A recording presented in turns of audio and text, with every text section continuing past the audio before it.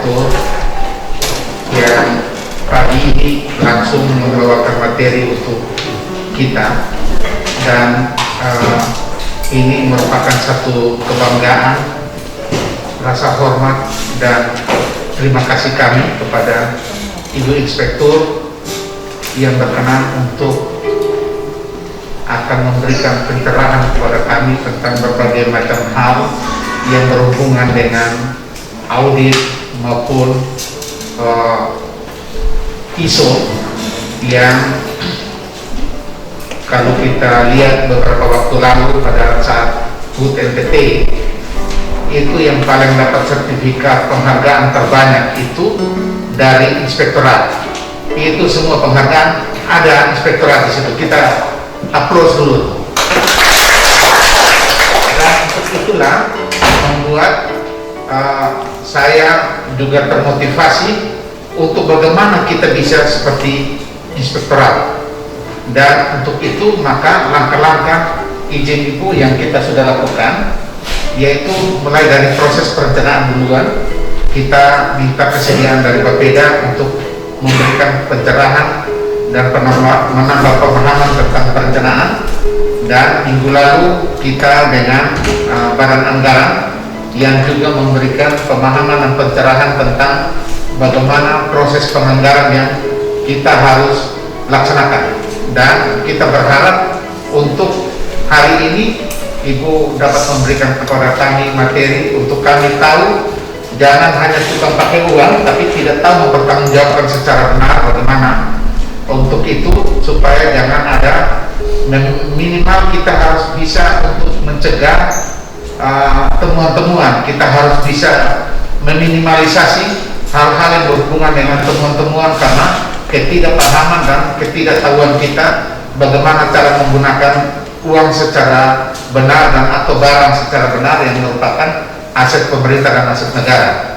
Untuk itu tanpa memperpanjang kata, kami silakan dengan hormat kepada Ibu Inspektur untuk menyampaikan materi kepada kami semua. Terima kasih, selamat pagi. Terima kasih Pak George untuk kesempatan yang diberikan. Salam. Assalamualaikum warahmatullahi wabarakatuh. Om Swastiastu, Namo Buddhaya, salam kebajikan. Yang saya hormati Pak Kepala Biro dan Bapak Ibu yang sudah hadir pada acara ini.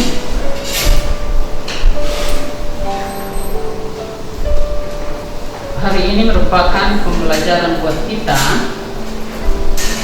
untuk kita mengetahui sesuai permintaan di surat bahwa kita akan belajar tentang audit internal. Saya coba mengambil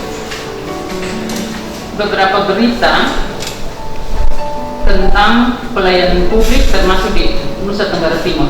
Di paling atas yang ini, bergeser ke samping baru turun. Untuk Sekjen Bimas Katolik SDM pelayanan paling lemah. Kemudian yang kedua, dari KPK banyak aset Pemda NTT berpotensi dikuasai oknum. Yang ketiga, di mana-mana ada koperasi tapi NTT tetap provinsi miskin. Yang paling utama ini, KPK dorong pemerintah provinsi NTT tingkatkan capaian MJP pada 2021 tahun 2021. MJP itu adalah koordinasi dan supervisi KPK terhadap apa yang dikerjakan oleh pemerintah provinsi Nusa Tenggara Timur. Kemudian sampingnya berita Victor Leskodat, kemiskinan di NTT akibat bodoh dan malas. Jadi ini semua berita negatif. NTT terancam kehilangan generasi akibat stunting. Tapi Ibu tahu tentang stunting? Stunting itu bukan orang yang idiot saja, tapi bisa saja dia duduk di situ tapi dia tidak berkreasi, tidak bekerja. Cantik, penampilan rapi, tapi tidak bisa buat apa. Hanya disuruh bekerja lebih saja, dia sudah setengah mati. Karena memang dia stunting.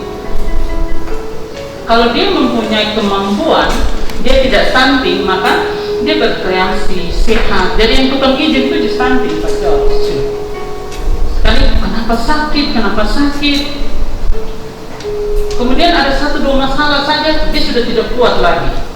Dia kategori stunting. Jadi bahasanya, kalau anak-anak kita yang lahir stunting, maka kita akan kehilangan generasi. Kemudian yang terakhir, tetap menjadi sarang stunting. Mengapa NTT tetap menjadi sarang stunting? Bapak Ibu, dari berita-berita ini menyatakan bahwa semua orang akan berpikir tentang NTT itu tidak bagus. Kita masuk ke materi supaya Bapak Ibu kita sama-sama tahu bahwa kita harus berjuang secara keras untuk keluar dari stigma yang tadi saya sampaikan di berita-berita koran itu. Kita diharapkan melaksanakan audit internal secara profesional, independen, dan objektif. Jadi apa yang dibaca, dilihat, dipotret, dibandingkan dengan standar aturan. Standar itu biasanya ada indikator-indikator supaya mudah begini. Kalau Bapak dan Ibu dibilang hari Senin, dibilang rapi apabila menggunakan 1. seragam kaki, tata nama, lambang Polri, sepatu hitam. Kalau hari Rabu putih, hitam, sepatu hitam. Jadi kalau datang pakai sepatu warna coklat, walaupun merek LV mahal, berapa ya? Mahal, 20 juta ada. Kamu pakai coklat, sepatu warna coklat, merek LV sekalipun, Gucci sekalipun, penilaiannya tidak 100. Contoh, kalau pakai seragam hitam putih berarti 20. Papan nama 20, lambang Polri 20, rambut rapi 20, sepatu 20. Kalau dia sepatu LV dia nilainya 80 saja. Karena ini oke. Tapi sepatu walaupun 20 juta tapi warna tidak hitam, maka dia tidak dianggap sesuai dengan aturan berpakaian hari Senin atau hari Rabu. Pelanggan kita itu bisa eksternal, bisa internal. Jadi contoh, Pak Charles sebagai pimpinan, Pak punya pelayanan terhadap staf. Yang pertama, gaji tidak boleh terlambat. Berarti Pak sudah memberikan pelayanan terbaik bagi staf.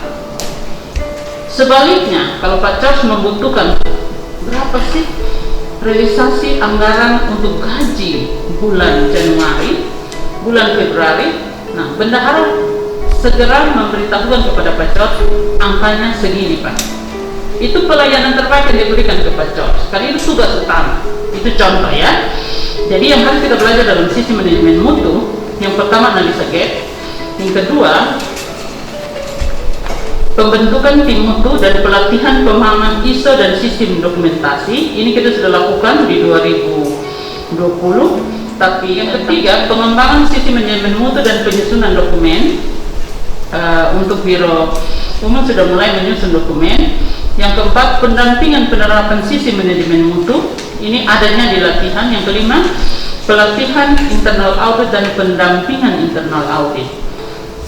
Dokumen yang berkaitan dengan sistem aplikasi dan restrukturisasi. Nah, ini kita ada masalah sekarang. Untuk pertanggungjawaban keuangan, kita pakai sistem yang baru. Waktu input susah. Nah, itu resiko di dalam perkembangan organisasi. Karena di Indonesia mengharapkan perencanaan dan keuangan itu bersama-sama dalam satu sistem, sehingga dibuatlah sistem yang baru.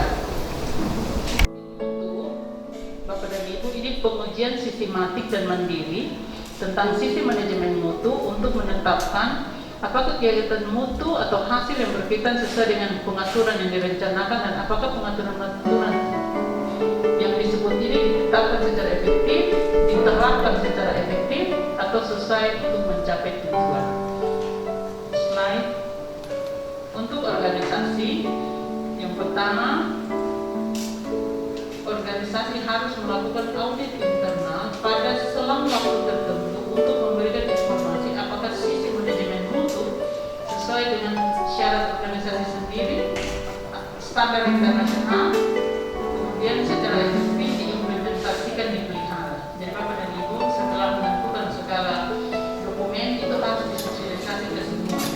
yang paling tinggi sampai yang paling rendah. Kalau dievaluasi dan ternyata yang middle dulu, berarti diulangi lagi. Jadi kita semua harus tahu target kita. Baik dokumennya juga perbaikannya. Setelah ada perbaikan harus sosialisasikan. Itu berarti apa? Ada sesuatu yang keliru yang dilaksanakan di bagian itu atau di sub itu, perlu ada koreksi, dan seluruh bagian sub atau bidang itu atau organisasi harus melakukan perubahan. Slide. Untuk auditor, slide. Untuk memilih auditor ISO ini seperti apa? Jangan berkerut-kerut seperti itu. Tentukan sesuai dengan yang enak saja. Persyaratannya bersertifikat. Yang sudah bersertifikat itu tokohnya beda-beda. Ada yang 2, 3, 4, 5, 6, 7 dan seterusnya. Ini keputusan ada di tangan Bapak Ibu, tidak ada di pimpinan saja. Mau mempersiapkan secara baik sehingga pada saat di audit temuannya sedikit sehingga kita tidak pusing untuk mengurusnya lagi. Atau Bapak Ibu kurang teliti dalam mempersiapkan dokumen sehingga temuannya lumayan banyak. Buka saja mata tidak apa-apa. Bukti audit berdasarkan sampel dan informasi yang tersedia sejak audit dilaksanakan selama waktu yang terbatas dan sumber yang terbatas. Jadi kalau Bapak Ibu lupa waktu itu lewat, ya itu sudah terlanjur jadi temuan. Jadi kalau saya memberikan masukan untuk Pak George dan Bapak Ibu sekalian, audit internal itu segera dilakukan supaya perbaikan-perbaikan itu sudah dibuat. Kemudian 1-2 kali itu harus kumpul bersama-sama untuk melakukan sosialisasi apa yang menjadi keputusan yang sudah diambil. Inovasi yang dibuat oleh Inspektorat tahun 2020, yang pertama klinik konsultasi. Bapak Ibu kalau ingin menyampaikan, ingin bertanya supaya tidak antri, dapat jadwal yang tepat, hubungi di 0812 3839 5544. Dan slogan kita, jangan biarkan persoalan Anda menjadi masalah. Klinik konsultasi dapat menjadi solusi atas persoalan Anda. Sekarang Inspektorat Daerah Provinsi NTT sudah mendapatkan ISO 9001-2015 dan tahun ini kita akan melakukan surveillance Bapak Ibu, Biro Umum termasuk 29 OPD yang akan dilakukan audit eksternal plus minus waktunya pada waktu bulan April. Dan jadwal setelah tanda tangan kontrak kita akan sampaikan kepada Bapak Ibu untuk mengetahui secara pasti tanggal berapa dilakukan audit. Terima kasih. Pertanyaan, Bapak Ibu pertanyaan catat saja. Nanti baru bertanya di belakang karena ini yang paling penting.